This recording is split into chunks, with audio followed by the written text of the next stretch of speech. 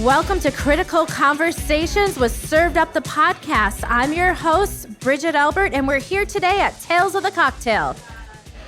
And I'm your co-host, Julie Milroy. I'm so excited to be here. And today we have a very special guest joining us, Chris Cabrera, Bacardi's first national LGBTQ plus brand ambassador. Chris, thank you so much for being here with us. Oh my God, thank you so much for having me. I always enjoy coming, and just speaking about the work that so many of us are doing, to push our industry forward and just make it more of an inclusive and equitable and fair space for everyone. So I'm always happy to jump on these conversations and get involved. That's amazing. I mean, we are the hospitality industry, right? So I think it's just natural that you want to bring people together. You want people to feel good. You want to feel like they're at home. And I really feel that I definitely feel the vibe here now and love it. So what does hospitality mean to you? And how did you kind of get into this career and take the lead on what you're doing today? Sure. I think hospitality is something I believe it's just deeply ingrained in me. It's just been something I've always, taking care of other people, making sure they're okay, hosting them. For me, it's something I really genuinely enjoy doing. And before I kind of entered the bar industry, I was, I wanted to be the best chef in the world. So I went to the Culinary Institute of America in St. Helena in Northern California. And so coming into the bar industry was something that happened very accidentally. I was, training. I was working for Thomas Keller at some of his restaurants, and just loving cooking. Kind of just fell into bartending because I was working for a famous pastry chef, and she was also a famous lesbian, Elizabeth Faulkner, and she wanted me to work her ladies' night behind the bar, and she asked me. At that time, I was identifying as Christina. She was like, Christina, I think you're hot. Do you want to bartend? And I was like, sure. And 13 years later, I moved to New York to be the Grey Goose ambassador. So for me, I think hospitality has kind of helped me to get to every different chapter of my life. So it's been the one constant, I think. Yeah. That's really amazing. I love how you just said, she said, you're hot, you're hired. Because at one time, that's like what it was required to jump behind the bar. Yeah, I mean, you had to have a certain, and this, like I said, way before, the social awakening of 2020. Absolutely. This was, 2007. Things were very different back then. Very different. And, even, in the culinary world, back then I was identifying as a woman, and, to be a woman of color, in spaces back then in 2000, and even up until very recently, it was a very cis white male dominated world. So you found it in the kitchen, and you found it, behind the bar as well. Yeah, absolutely. Yeah. I would love to talk about the significance of your role as the LGBTQ plus brand ambassador, really during the time that we live in now, where our country is facing some policies that go against everything that the community is all about. And I want to understand how your work really contributes for the fight for equity and inclusion for all. Sure. What a question. First of all, that's an amazing question. I think the work that I'm doing now more than ever, I think holds a special significance and a special meaning.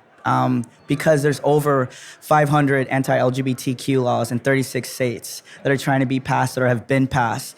So right now, it's more important than ever that all these communities and these, these places where they have the most egregious laws see that people like us, brands like us, a whole pocket of the industry that's different from the LGBT community sees them. So it's been really important for me this past year to make sure I was visiting cities and supporting cities that could, I've been to Indianapolis. I went to Indianapolis, Pride in Indiana. They have harsh anti-LGBTQ laws. I went to Nashville, Tennessee, where I'm essentially putting myself in harm's way because I am transgender and, I am a person of color. And in Tennessee, I could get arrested for going to the correct restroom. And so for me, I had, my wife was worried, the folks I worked with were worried and, concerned. I was like, I have to do this. I was like, they live there every day. I can go visit and support them. And it was really important for for Bacardi, Bacardi is always supporting me in doing these things. So throwing these drag events and just having the community and meeting with them and talking with them and just getting to know them. I think the media does a disservice a lot of the time with our community. Yes, they're living in these really, really harsh states that, are basically saying we shouldn't exist, but they're still living their lives and they're still thriving in their own way. So for me, it's important to get to as many of those cities on Bacardi's behalf as I can.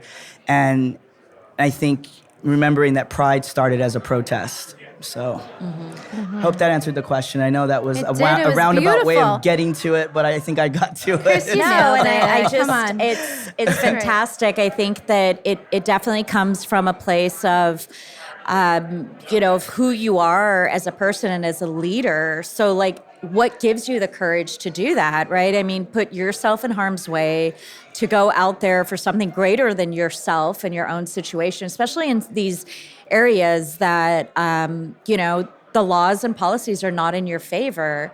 How do you find that courage within yourself? My entire life, I've always considered myself, a fighter, and I've never liked being told I can't do something, and I've always done it just to spite, being told no, and I think I get my courage because if not me, then who? And I am fearless to a point, and it's been my detriment, but also a blessing and a curse. But when I came out as transgender at 41 years old, I'm 44 now, so it's only about really the last 3 years I've been living my true self. And I found this newfound confidence that I never had before because I was in the correct body, living my life now. And with that confidence, I wanted to make sure that I'm in a place, within Bacardi, within the industry, where I have, that 15 minutes, I have that bullhorn. So I'm gonna use it for as long as I can and as long as I have it to uplift my community and make sure that they're getting the same resources, they're getting the same tools. Because I think there's so much beauty, and I think trans folks are magical. I think being trans gives us that is our superpower, to live. So I said it on another podcast I was on, but being transgender, this is the happiest I've ever been in my life, living my truth.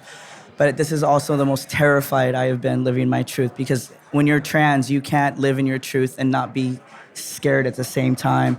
So for me, I understand that. So, and like I said, I'm older now.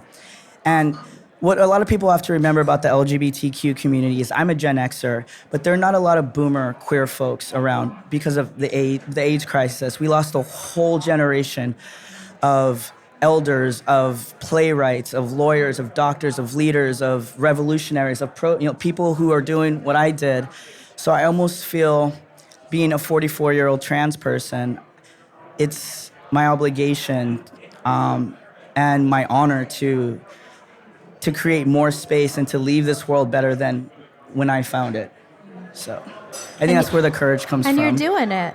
I hope so. Sometimes are. I get stuck in when you're in the work and you're doing it every day. Sometimes it's hard to take a step back and understand if you're really making a difference. If everything that I'm going through emotionally, mentally, and physically to do the work, if it's making a difference at all. And I think it's nice to hear that. So thank you. Yeah, absolutely. I mean, we see that, and I'm sure you hear it from people's lives that you've impacted, right? I mean, that's a passion that drives me when somebody says, "Wow, you really helped me with this," or "You inspired me to do this," and for that younger generation, like you went through your transition, what you said 3 years ago, so we're the same age, 79, Yeah, right? 78, yeah. Oh, I'm going to be 45 in a okay. couple of weeks. So. Okay, Yay. all right. Well, I'm 39, but it's guys. okay. Same. I'm a lot older than you too. Love it. I used to be the youngest one in the room. I'm not anymore, so I get it. What a realization when you get that, right? You're like, oh, I am wait, definitely what the oldest happened? I person in used this to be, room. yeah. But I think, having that confidence, and sometimes it does come with life experiences. So what do you say to that next generation, people that are like still not wanting to come out as their true self and being who they truly are and being comfortable with that and being happy, even if it's a little scary? Like, what do you say to those people? To hang in there. I think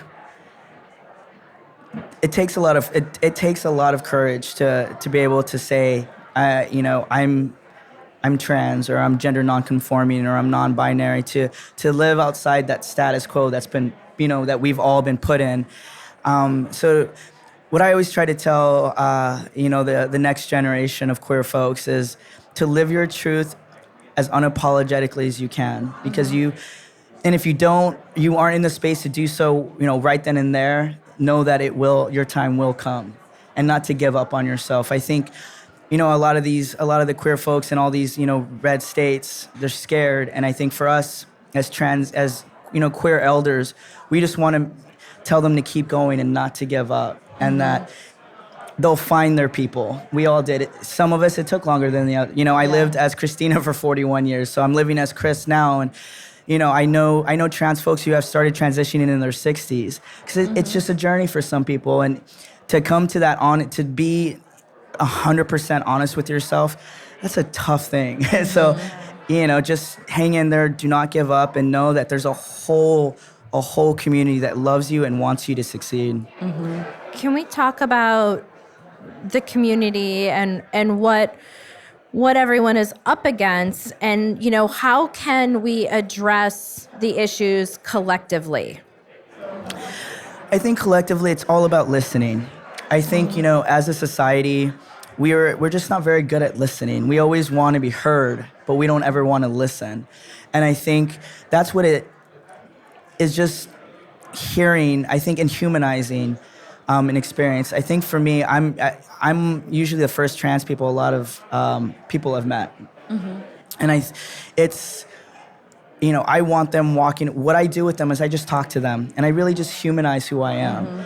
It's hard. It's easy to hate an idea or a thought of who someone is, but when you're faced with someone and they're kind and they're generous and they're forthright with you, it's hard to dismiss it.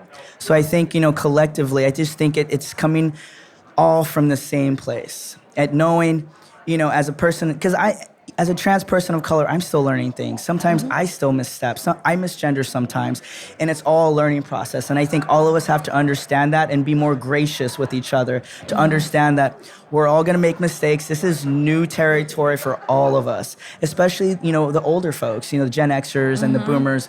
Not that we're set in our ways, but, we've been living one way a really long time. So for me, if I can see the change in someone and, they may say, ignorant things, but I correct them and then they're willing to listen to that, I can work with that. Yeah. I can always work with someone. So I would say collectively, open mind, come in with an open mind, come in with grace, and come to listen. And don't center yourself. Like, listen to the people that you're fighting for, and know that the people you're fighting for, they're uncomfortable. So you're gonna be uncomfortable, and be okay with that uncomfortability. Be okay that, it's not gonna be an easy road, but being, there for the fight means you're there through the good and the bad.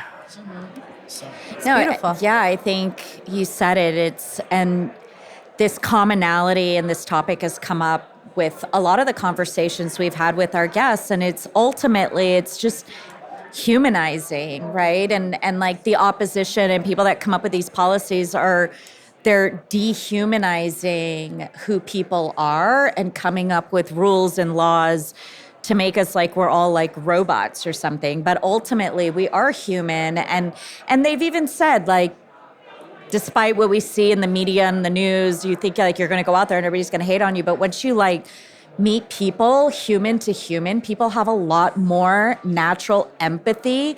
And I think you have to believe that there's more people that will relate to you as a human versus the latter. Absolutely. Michael J. Fox made a comment, and I will never forget it, through his Parkinson's disease. But he said, with optimism, with gratitude, optimism is sustainable. And so for me, that's really what it is. You have to find the good things. And when I've been to these cities, like when I went to Nashville, I was nervous. Yeah. I'm a trans person of color. There are anti-trans laws there. I was looking over my shoulder, but what I found was the most welcoming, warm, like, allies and queer folks alike. Like, it was a city where mostly everyone didn't really care, but it's always like that, the small minority that's always the loudest. But for me, I believe, and I think as for the work that I do, I have to believe and have that optimism that there are more people than not that want everyone to move forward together, that want an inclusive, equitable space, together. So I think it's remembering that, and there's more good folks out there that in my experience, and I'm all over the country, and I keep my eyes open, and I'm always asking questions and always observing, especially here at Tales. You having me on the podcast. There's more of us than not, and we just have to not stare into the darkness because we can get lost in it. It's very easy. RuPaul said it, you can look at the darkness, but don't stare at it. Yeah. And I try to remember that as well, so. Well, let's talk specifically about Bacardi's commitment to diversity and to change through your role. How does the company support and champion equity within our industry? So I'll give you a couple of examples. I always say, when you see an ad that, a commercial that comes out, you're like, whoa, someone was not in the room to check that. Or, something that's completely tone deaf, because usually a lot of these decisions are made without actually the person from that community being in the room with the voice. So one thing that Bacardi's done really well is they've let me be that voice. And they listen to me. And they're like, Chris, for instance, for Club Q, when Club Q happened in Colorado Springs on November 19th, one of our spaces was part of a deadly gun attack. We lost five folks. Two of them were trans. And after it happened, the president of Bacardi called me, and he was like, Chris, whatever y'all need, we're following you on this.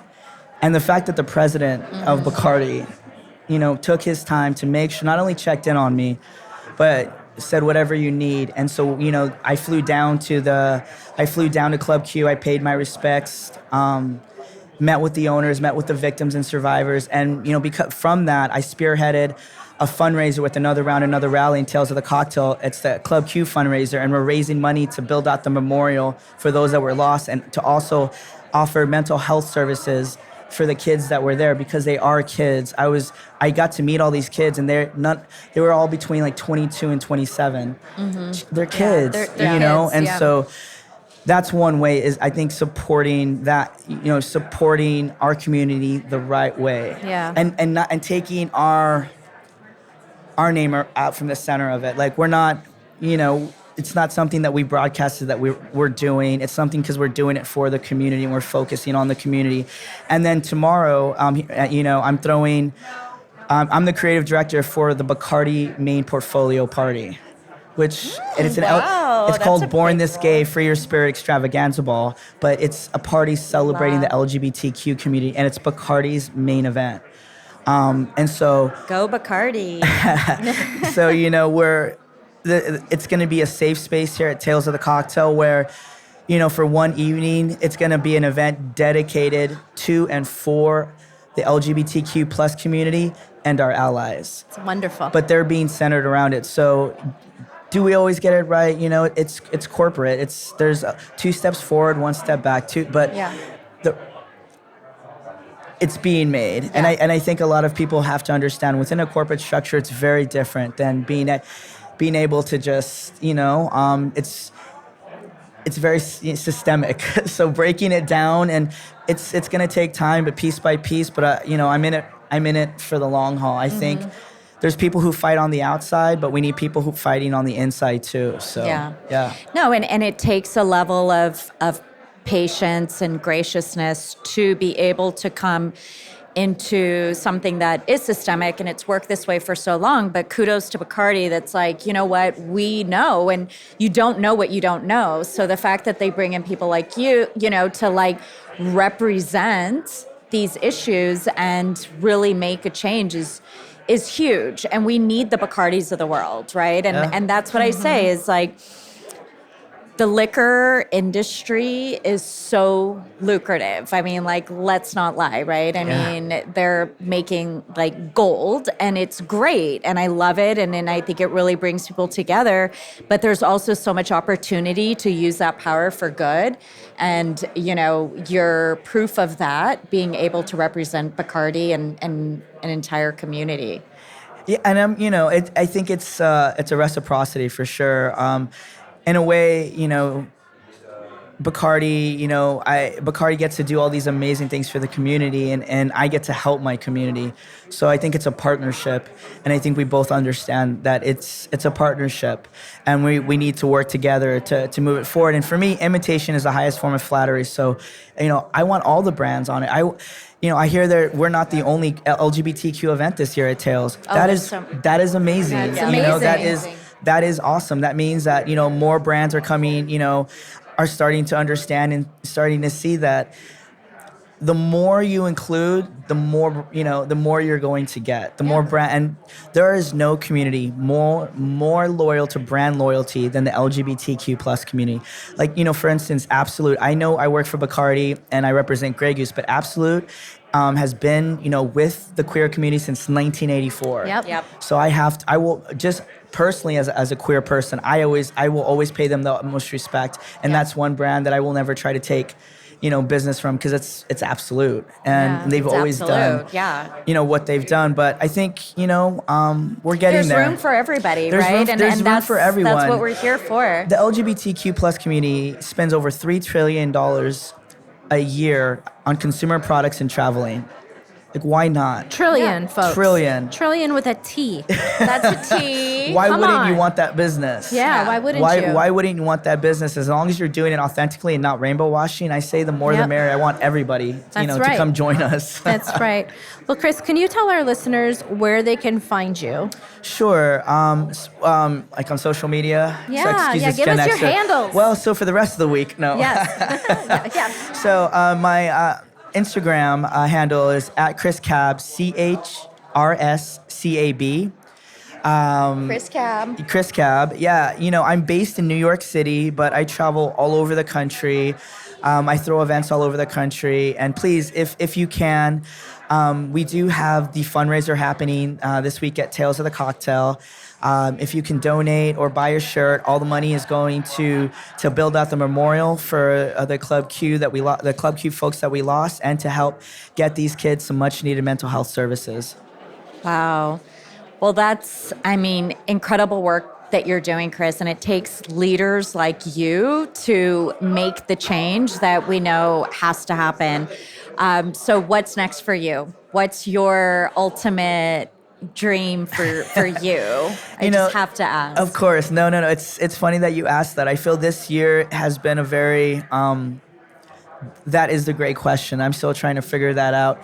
I think so I am transitioning still, and I've been on hormone therapy for the last year and a half. So it's crazy because on the outside, I'm this 44-year-old adult that's this activist and this leader and this hard worker. But inside, I'm this 16-year-old boy that just wants to experience the world. And, I feel like I'm not sure what's next, but I know whatever it is going to just be what I'm doing, just to a much more in-depth, much more grander role. Living your best life. I'm doing my best. As Mariah Carey says, doing the best I can with what I got. That's it. Well, on behalf of the Served Up family, Chris, I want to thank you for taking time out of your very, very, very busy Tales of the Cocktail schedule to spend a little bit of time with Julie and I. Yeah. And I want to wish you just some great health and a lot of peace. Thank you for being on the show. No, thank you for having me. Really, I love doing this. I love, helping. It takes a village, and we're all part of that village. And so anytime I can help you all, and vice versa, I will always be there and willing and ready. So thank you. Thank you. Yay! You're amazing. You're so natural.